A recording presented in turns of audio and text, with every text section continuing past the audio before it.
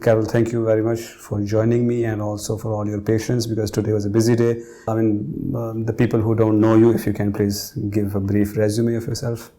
Entrepreneur.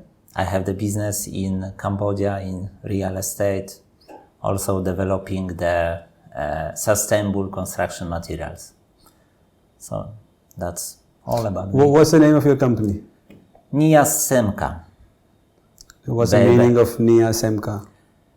NEYACEMKA, it has difficult backgrounds. It's good question, because myself, even not fully understanding NEYA from new, SEM might be for cement. There is as well a few letters linked with my surname, my business partner surname, linked with our another entity. I would say we are new. You always want to be new, fresh, strong, successful. Yeah.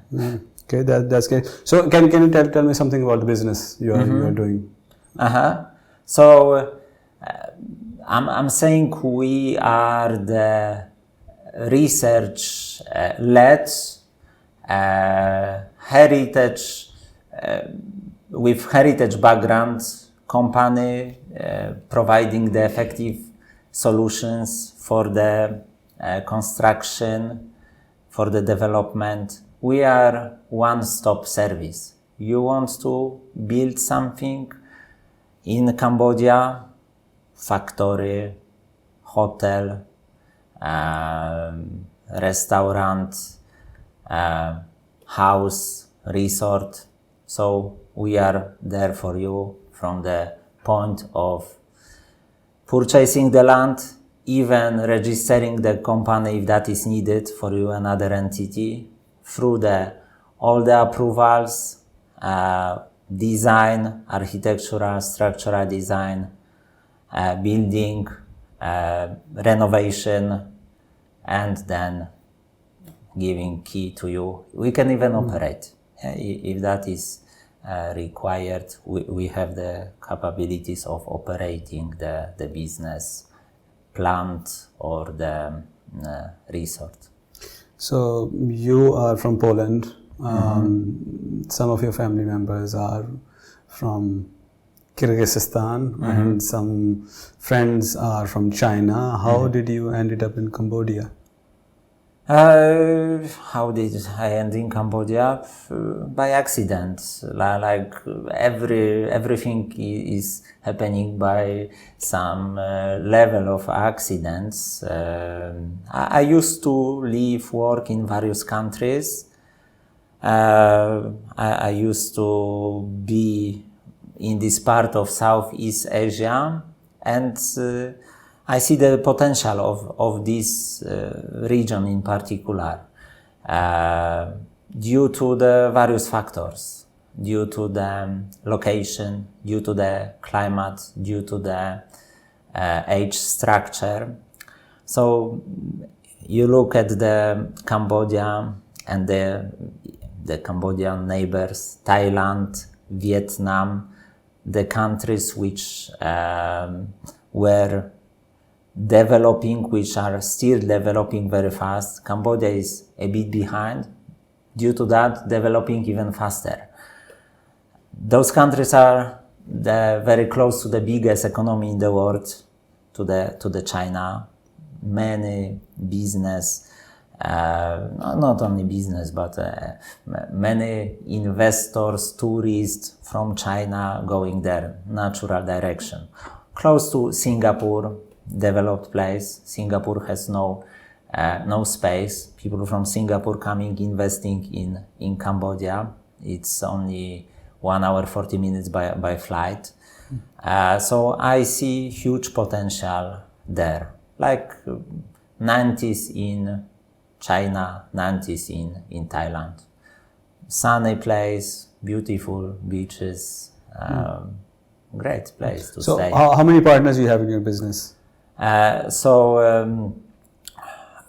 is three of us, two major, myself and another Singaporean, and there is one more partner.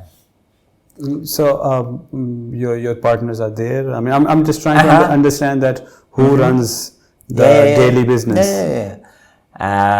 So each of us is in and out to a different level. Actually, myself, I'm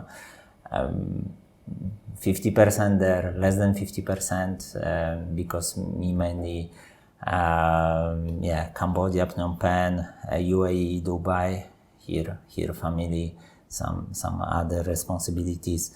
So my business partner, Singaporean, he is most of the time in Cambodia, as well sometime in Singapore, sometime in China.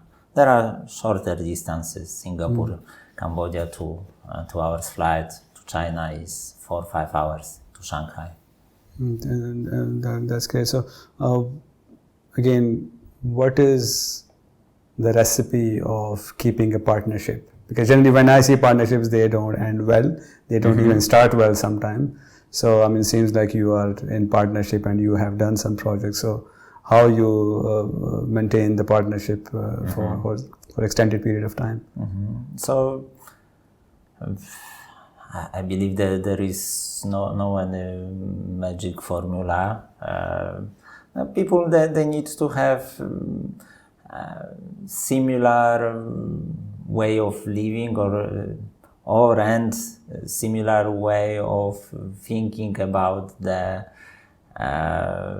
life, even the future. So it's like marriage. Maybe it's even more than marriage. In marriages, sometimes you don't manage with such budget. Normally the company budgets are higher than the family budgets. So same values. Actually, we know with my partners from some service work from charity.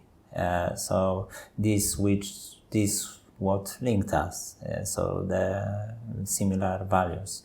And then obviously you need to meet hundreds of times. You need to drink a lot of beer together. So drinking is important part of that. So by this you mean that just if you are,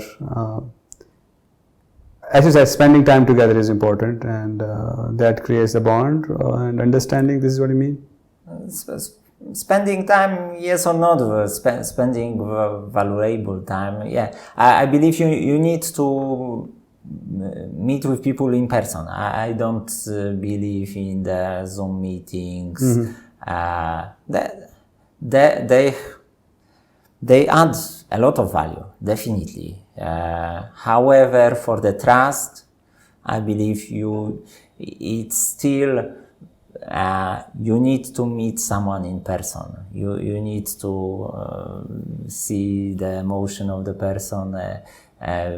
Behavior. They are saying, the people deciding after a few seconds, 7 seconds, if they like the person or not, then it's very difficult to change this opinion. So, so similarly in any partnership, you need to understand well. You need to talk face to face. So how can you share some experiences, some challenges that your business faced, whether with the authorities, whether with the design, whether with the time or budget or? The challenges are every day. The entrepreneurial life is definitely not easy. You mentioned some examples. Those are the everyday life challenges. In construction business, you handle a lot of people. So safety is very important as well. So communication, yes, especially having the people from different nationalities. It's even not the language, but the way how people understand the words, the people, how they communicate. Asians, for example, in my opinion, are much faster than faster than Europeans in talking, in making the decisions. They talk as they walk. Yes, which I think it's positive in business, not to overthink, because sometimes you need to grab the opportunity.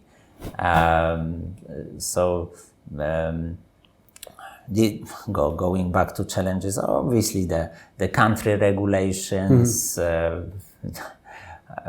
you know, especially in such country like Cambodia, which is the country still developing, yes, not established. So the regulation is being developed. But this is as well positive, because there is no much limitations. I know as well this from perspective from being born in communistic country, then there was transformation. So first years of transformation are the years where there is a bit chaotic, but there is no regulation, so there are opportunities.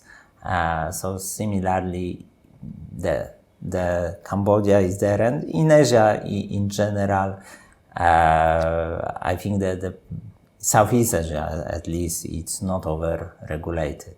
You want something, you build that. You don't need to ask for too many permissions, which would be the case in Europe, for example. To make the road, yes, it's the process several, few years to build the road. That's okay. So your other area of interest is timber. So in Cambodia, did you got the chance to pitch the idea to people like that? Okay, use more timber, and how was it? This is our goal. This is our goal. We focus to utilize more and more sustainable materials in our projects. Projects, especially in developing countries, are the main focus. The main factor would be the financial factor. So, from this perspective, timber is not worse, but as well is a premium product, I would say. But in certain conditions, might be cheaper than the concrete. So we are building hybrid structures. So mainly the concrete, but where timber can be applied where there is positive, we are utilizing that and hoping to have that more and more. I'm now in the process as well of designing the factory of the engineered wood products in Cambodia. So I hope we can establish that and have own locally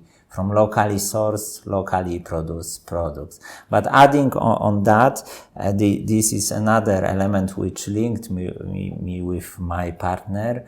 We worked together on the first mass timber building in China, in Suzhou, 3-story cross-laminated timber building. So this is as well what linked us together, working in similar area, same project, and because my business partner had the company for years in China. He used to work in various countries around the world as well.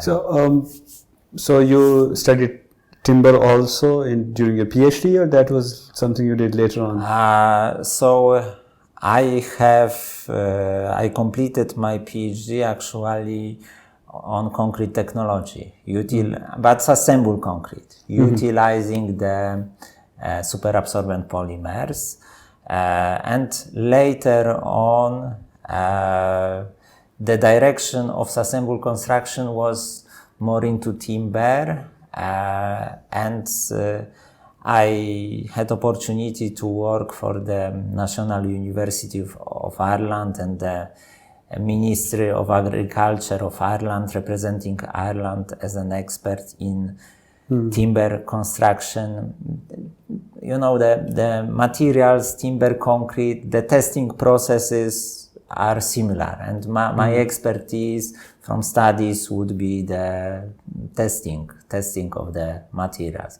And then, yes, I increased my knowledge on timber, became the so-called expert. Yeah. So another question linked to the same thing, that when you are expert, does it helps you getting business when you say on your brochure that, okay, we have a guy who is PhD in the subject? Does it help, or just people say, okay, I don't care, just if you can make it? I would say definitely it's not negative, definitely. If that helps, yes, sometimes to lower extent, sometimes to the higher extent. I would say the most important thing in anything you do are references. So show me what you've done, but show me something tangible. So people look at our previous projects. So this would be the most important.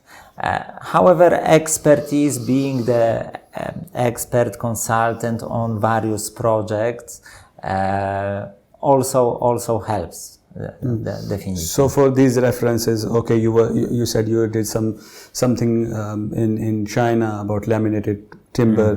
I assume you work with different people, and now the new students or the newcomer who wants to develop his profile, when someone asks, it's just like, you want a job, what is your experience? You have to start somewhere. So how do you develop your profile?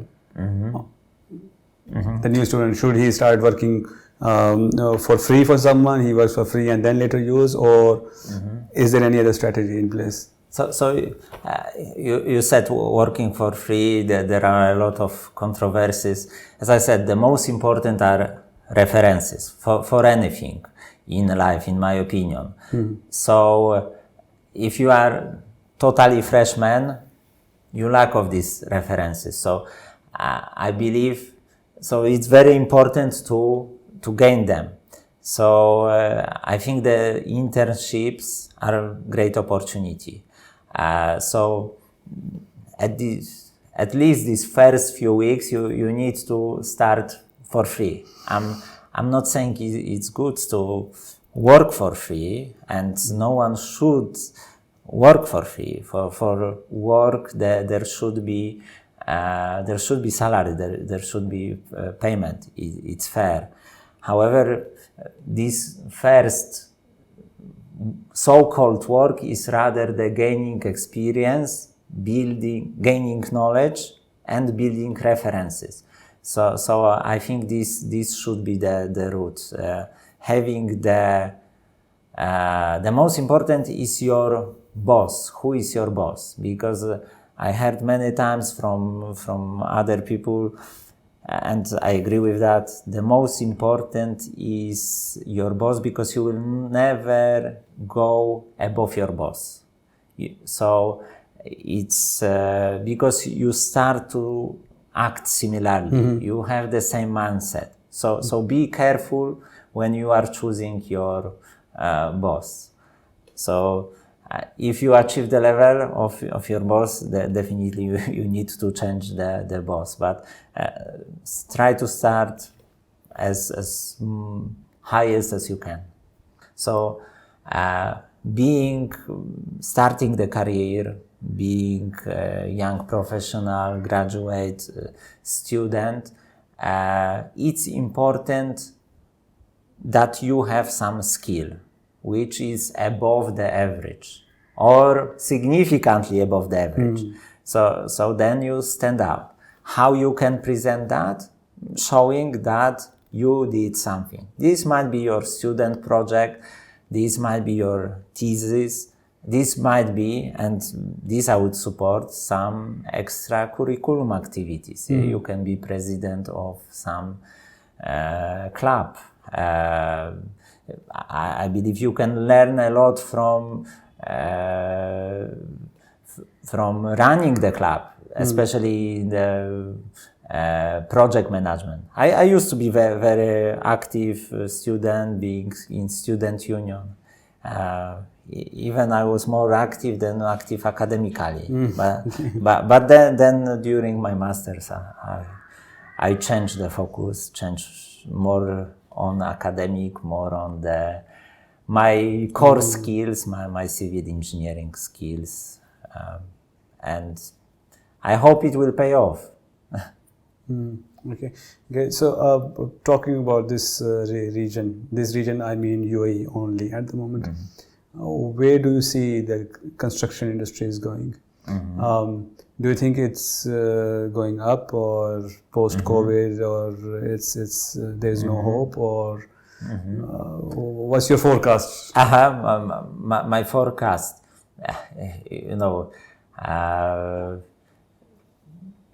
difficult to forecast, but it's easy to say difficult. So let me now think a bit. So definitely the region is not stable and was never stable because, or the country, because you have 90% of expats here. Only 10% are the citizens. So it's a bit of translation, people in, out. Because of that, there is lack of stability. The construction infrastructure is very much linked with the people. Yes, you build the buildings for the people will be living there, infrastructure, people will be using that. So this is the biggest driver. So thinking about the construction here, we need to think about the numbers, the population which will be here. In the past, UAE from 1 million people became leading country in terms of construction projects. Yeah? Burj Khalifa, the highest building in the world. Dubai Airport is one of the busiest airports, I think the 4th busiest in the world in the last ranking. So looking from that, there are good references. The decisions were made which are above any expectation. Yeah? If someone 40 years back would put the money that it will be like here, would be billionaire. And there are billionaires because of that. Today, we are in a bit different situation. Other places observing the place, they've seen the success of this city. Neom, yes, nearby, is becoming is being developed, so there will be stronger competition. But Dubai, UAE was this leader, so you always have this premium of being leader. So in conclusion, about the forecast, year to year, there will be like some fluctuations. It's normal here, and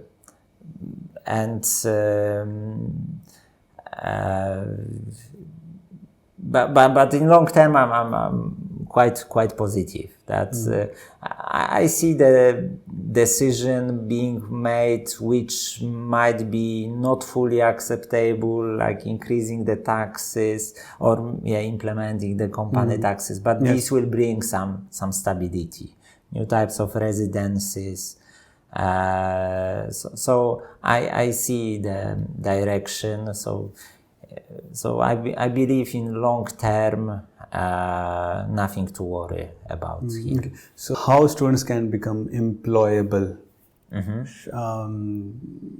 Networking, communication, looks, research papers, degree. I mean, if you have to grade, what is the number one thing for becoming employable?